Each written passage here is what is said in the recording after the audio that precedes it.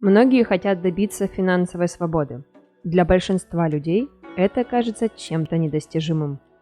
По факту достичь финансовой свободы может реально любой человек, который планирует свои действия и соблюдает ряд правил по обращению с финансами. В этом видео мы разберем легкие шаги для достижения финансовой свободы, которые помогут вам убрать из жизни долги, создать накопления и приумножить их. Всего будет 5 шагов, поэтому обязательно досмотрите это видео до конца, чтобы не пропустить ни один из них. Шаг 1. Откажитесь от ненужных вещей. Более половины из нас постоянно посещают магазины в поисках новых вещей. Например, очередной пары обуви, новой рубашки, телефона или аксессуаров. Сначала важно научиться отличать покупки, которые действительно необходимы, от бессмысленных и эмоциональных. Например, если вы запланируете поход за продуктами, то перед посещением магазина сделайте инвентаризацию остатков, напишите список необходимых продуктов. Затем уберите из него вредные продукты, такие как заморозку, газированные напитки, снеки и так далее, и поменяйте их на фрукты, молочку или мясо. Оптимизировав меню, вы не только сэкономите бюджет, но и будете чувствовать себя более здоровыми, так как качественное питание положительно сказывается на самочувствии. Также имеет смысл проверить наличие акций и скидок на выбранные продукты в ближайших магазинах. В этом вам может помочь мобильное приложение Едодил. Он хорошо показывает все скидки и акции, которые существуют в магазинах по всему вашему городу. Шаг 2. Не гонитесь за модой.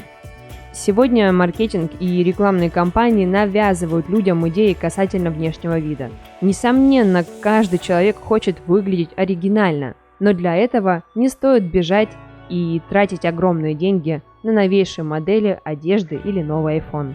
Бесконечная гонка за модой приведет к серьезным тратам, а результатом будут лишь кратковременное восхищение друзей и знакомых. Расходуйте деньги с умом и приобретайте вещи, которые подходят именно вам. Шаг 3. Уберите из жизни кредиты. Любая долговременная нагрузка, несомненно, снижает уровень жизни. Сейчас в интернете доступны удаленные займы и кредиты любому желающему. Именно простота оформления и скорость выдачи способствуют росту спроса на данные услуги. По факту кредит – это трата денег, которые вы еще не заработали. Одним из важных шагов к финансовой свободе является вычеркивание из жизни кредитных карт и аналогичных обязательств, займы под залог, товаров в кредит и так далее.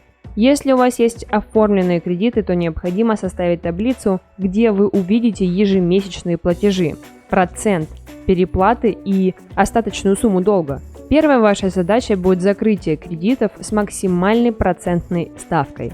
Одновременно подумайте, как можно погасить остальные кредиты в минимальный срок. Не пользуйтесь микрозаймами. Микрозаймы и быстрые кредиты – это еще хуже, чем обычное кредитование. Такие компании говорят, что вы можете взять быстрый займ до зарплаты. Обычно ими пользуются люди с низкой финансовой грамотностью. Часто эти деньги тратятся на ненужные вещи. Процентные ставки по таким кредитам более 30-50% в месяц. В случае просрочки платежей придется заплатить еще больше. Поэтому, если не хотите остаться без штанов, тогда не пользуйтесь быстрыми займами. Если у вас случилась непредвиденная ситуация, то лучше спросите денег у работодателя в счет будущей зарплаты, родственников или ваших хороших друзей. Чтобы быть готовым к таким ситуациям в будущем, у вас должна быть финансовая подушка безопасности, которая выручит в сложной ситуации. Шаг 4. Копите деньги. Для начала вы можете открыть вклад или индивидуальный инвестиционный счет в банке.